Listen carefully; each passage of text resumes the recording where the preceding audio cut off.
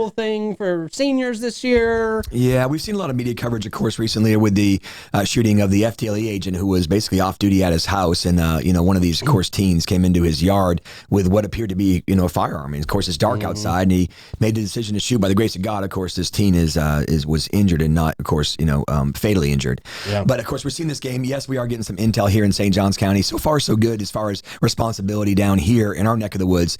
We have, of course, spoke with Tim Forson in the school district. They are going to kind of put some information out there because it's kind of spreading across our country, especially in the state of Florida. So, again, we're going to probably do some PSA announcements, too, as well through our PIO team with Lieutenant Harrigan and Taylor Levesque to kind of get in front of this a little bit. But, again, we've seen this trend kind of blow through a little bit, whether it be the Pokemon, as we saw, or they're doing live scavenger hunts now. But here's what we're going to warn them, too, as well. You cannot trespass on private property. Yeah. That's where you cross the threshold. And I'm not, again, this is not me justifying without the facts of the Nassau County case, but you come onto Rob Hardwick's property where I live at, and you have a firearm in my backyard, and I go out and confront you. This isn't the time to negotiate. You got a water gun or a Orbitz gun. Yeah. So it's one of those things where I tell you that some of these challenges are where you have to go on, a person's private property, a business's private property. You are crossing a very dangerous threshold with a legislature, that supports, stand your ground, as we all know here. Yeah. So and again, people do not hesitate. No, in many cases, they do not to get rid of somebody on their property. Well, because you don't know. You don't know. You're not looking out the window like, "Hey, buddy, what are you doing playing here?" Playing a game. Right? Yeah. No, that's not. There's no time for that. Well, I think too that we got to remind these parents and kids, and you're still a kid, even when you're in high school, you're a senior, you're still a child, and that the state of Florida is armed. I'm not sure of people that don't carry in the state of Florida. So with that being said, especially on your own property, where you live at, and protect your home domain, which you're protected under Florida and the U.S. Constitution. So we just tell them that, hey, listen, these games are fun. We'd rather have you doing that than selling drugs and doing drugs and committing other crimes. But also, too, you're walking on a very, a gray area there, too, as well. So parents, educate your kids, know what they're doing, know what they're up to, and make sure they understand that private property is private property. And it sounds like when we used to play like Manhunt back in the day, right? Sure, Except for these kids are carrying what look like firearms. And that brings a whole other element into this when you've got a young person roaming around in your backyard and all you see is the silhouette of what looks like a firearm. Yeah. It's a lot different than kids just playing regular old Manhunt in a neighborhood. Right? And there was a local athlete who they were playing paintball. The team was playing paintball that night, and someone came to their door, and they thought it was one of their teammates. And they came around the corner and shot him with a paintball gun. And then it was a real intruder, and that intruder ended up shooting. It's a local athlete here. Wow. Yeah. So that's how he ended up getting shot as he was running away from him because he thought it was one of his teammates. Wow. So playing with these games, you got to be. Yeah, anytime you have something that looks like a firearm, unfortunately, and someone said it's not black. Well, not all firearms are black anymore, by the way. They make pink firearms and blue firearms. Yeah. So we can't go down that road of, it was not a firearm because it was blue in color. I don't know if we can go down that road. And if it's dark, you can't tell. But don't forget, too, a 3D printer now can make any color you want of a firearm. Yeah. And it can shoot at least one round out of there. That's the scary stuff right there. So I think we just, again, educate, our children, of course, and then also, too, the responsible ones, too, as well, in these games. You got to make the right decisions. And again, being armed, as Pete and Troy and Davey said, that puts it at a different level. And people aren't questioning now of, hey, you playing a game or are you a real robber? Right. Let's think about it. Have a little common sense. But I appreciate you bringing it up. We'll have some educational pieces out there. School districts getting in front of it. And then, of course, we pray for the family, of course, in Nassau County with that tragic incident. Yeah, man. You guys also have a recruiting fair coming up. This is happening at Mall 2121, correct? Yes, sir. Tomorrow, actually. So excited. We partnered up with some of the other entities. It's all over your webpage and your social media platform. But this is our recruiting team under Corporal Tony Rodriguez and Deputy Eureka Grubbs. They got together, think outside the box. And people are like, well, Sheriff, if you're recruiting, why'd you invite everybody else there? Because if you don't want to work at St. John's, we'd love to have you work in some other first responder, public safety. Maybe that's the better fit for you and not maybe the St. John's. I was going to ask if you guys get competitive with that, you know what I mean? It's not competitive. We're in the same business of putting the right people in the right spot, in the right agency, providing the proper services. So if that person maybe they're not ready for a big agency, maybe they're not ready for 1,000-member St. Johns County Sheriff's Office, or flip the hat, maybe they're not ready for a smaller agency. It's a harder place to work sometimes, where you do all the investigative work as opposed to us. We have a detective team and all kinds of other resources. So again, that partnership, or maybe you come in there and say, I don't know if really that law enforcement's for me, but I want to serve in public service. Hey, fire and rescue is very, very similar. uniform, paramilitary, rank structure, span of control, pay is good, benefits are good. So again, we're just trying to put the right person in the right seat. Do you seat. want to live in a different county and work in another one? You know, like, is that safer for like? I disagree. I think you all know this, that I pride myself on being from St. Johns County, and it's easier for me to police here. I mean, first of all, I love my wife. I love my job. I don't drink. I don't smoke. So with that, again, it's easy to police in the community. Yes, some people knew me, when I was at, CPS, and I was a little hellion there, by the way. But I mean, this is my home. And now I think we're doing things different. So yes, some people are running from where they don't want to kind of live where they work. I disagree. I'd love for you to, the churches you pray in, the restaurants you eat in, the people you know. Yeah. So I think it's important that you know kind of where you're policing and who you're policing. I think you do a better job at that. Yeah, you'll have more pride with it. I agree. I know a young guy who applied for a job with you guys and ended up in Palatka and just loves it. Loves it. You guys basically, it was like, you're a fresh recruit. You're brand new to this. Let's get you some time. Yeah. And he loves it. He's doing great out there, and I'm sure he'll be working for you guys one day. But yeah. I mean, I think that just speaks to your thing of what's the best fit for everybody, I totally and that's agree. what you guys are trying to find at this fair. And it's kind of funny because people say, well, I only worked at Palatka PD. No, you didn't only work at Palatka PD. Palatka PD is a phenomenal agency, and you're probably going to see a lot of exposure there because we're we're 601 square miles, and over there you're in 2 or 3 square miles. Right. So really community policing, and I never throw stones at small agency. I came from a smaller agency. I started a smaller agency, and I think it made me into a better officer and a better leader who I am today. So we got to find the right place for the right person. this is about what we're doing at Mall 2121 tomorrow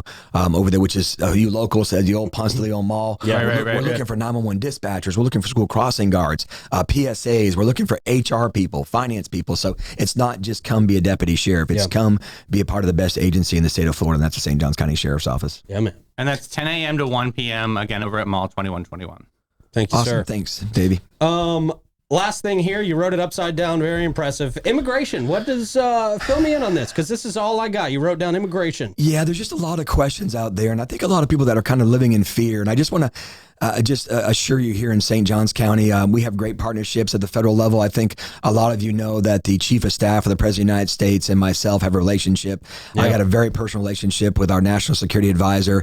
If you don't know this, in the Oval Office wing, of course, it's the National Security Advisor, Mike Wallace, the Vice President of the United States, Vance, of course, and the Chief of Staff, Susie Wiles, and then it's the President of the United States. So I have a lot of positive contacts up there. And with that being said, as your sheriff, there's a program called the 287G program. That's basically the federal immigration kind of oversight for giving other law enforcement entities the power to assist the federal government with enforcing federal immigration and deportation federal laws. We have been doing that since I've been your sheriff here. We have currently an MOU with the federal government under the 287G program. It's called the WSO program, which is the Warrant Service Officer Program. I have 12 deputy sheriffs that are actually certified to serve papers for the federal government. We did not do this when President Trump stepped into office. We did this since I've been your sheriff. There's 2 programs you can kind of adopt. We do not have what they call the JEM or the JM program. That's the jail basically enforcement model program or the jail management model program. We don't have those programs, but we have submitted paperwork to the federal government. All that does is give us additional investigative powers to investigate our own federal deportation, immigration laws within our jail so we can assist the federal government in speeding the process up of deportation. So here's what I'm going to kind of leave you with. We in St. Johns County Sheriff's Office are not in the civil business. We are in the criminal business. Mm-hmm. You give me a list of illegal aliens that have committed crimes in the United States, we will hunt you down just like we hunt down people who look just like us that are from America that have committed crimes. It's no different. It's the committing crimes part. You're that's darn right. Key. That's the biggest thing. But here's where people get a little bit confused, by the way. First of all, there are lists out there like, well, Sheriff, how's there a list called the red list if you've committed the crime of murder? Did you bond out of jail? Did you let them out of jail? No. Just like any other unsolved crime that gets solved by DNA evidence, witness testimony, suspects are identified through investigative techniques. And then a warrant is put out for their arrest. Well, if it's, we'll just use the word Sam Hill. Sam Hill is out there, but Sam Hill's also an illegal from Venezuela. You just up the ante on. So that you could be on the red list and be up for deportation because you've committed a crime and now you have a warrant for your arrest. So what we're not going to do here in the St. Johns County Sheriff's Office is we're not going to go knock on 904 now and check all your immigration papers. That's not our job. Our job is to assist the federal government. That's who the experts are. Our job is to look for you if you committed a crime and you're wanted by the federal government or state government, us, for a crime, and you have deportation papers. So I think we're way far ahead of this program. I fully support, of course, our governor. I think everything was worked out, as you know, yesterday. The bill was signed. I'm going to see the governor here in the next couple hours. The bill was signed yesterday. We are in full support. Matter of fact, when I was sitting in here, I had a phone call from Colonel Houts, who's the highest person in charge of Florida Highway Patrol. He didn't have to call me for a partnership. We already have a great relationship and partnership. You know, and then the commissioner for FDLE, which is Mark Glass, we don't need him to mend fence. We are very close friends. So everybody the governor has put into place to enforce the immigration, it's already there. I already have the relationships, I already have the partnerships. Nobody's doing it better than St. Johns County, and nobody has the partnerships and relationships I have at the federal level, the state level, and the local level. That's what we strive to do different in St. Johns County. We put those biases aside. Honestly, it doesn't matter to me who the commander-in-chief is. I got a job to do, and the job is to protect and serve the citizens of St. Johns County. Yes, sir. And regardless of who's in charge, it doesn't matter to me. It matters to you, of you accepting me and what we're doing to enforce those laws. So we're doing it better than nobody else in St. Johns County. Super excited to see the governor this morning. He's been good to Rob Hardwick and me in the sheriff's office, and looking forward to seeing the president in the very near future and supporting, of course, their initiatives on getting these people that have committed crimes in the United States of America and that are wanted and get them deported after they answer for their crimes. And then I'll leave it like this. We here in St. Johns County, when you come into our jail, we run a system called an IAQ. It's Immigration Alien Query.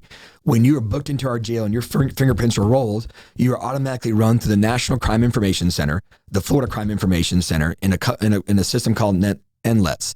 NLETS, in that system, the IAQ is actually run. We're running more IAQs, immigration, alien queries, than any other agency per capita in the state of Florida. Wow. Because our deputy sheriffs, if they pull you over and you were driving on our roads or highways without a driver's license, I don't agree with that. You've got to be held accountable and be held accountable for your actions of driving. We are. Yeah. So with that, if we pull you over and you say, my name is, Aaron Smith, and we won't tell us where you're from, where your driver's license is at, you have no papers to prove who you are, you come to my jail. I don't care if you get out 10 minutes later, but we're going to roll your fingerprints. We're going to take pictures of you, and we're going to take pictures of your tattoos, identify if you're missing fingers or birthmarks.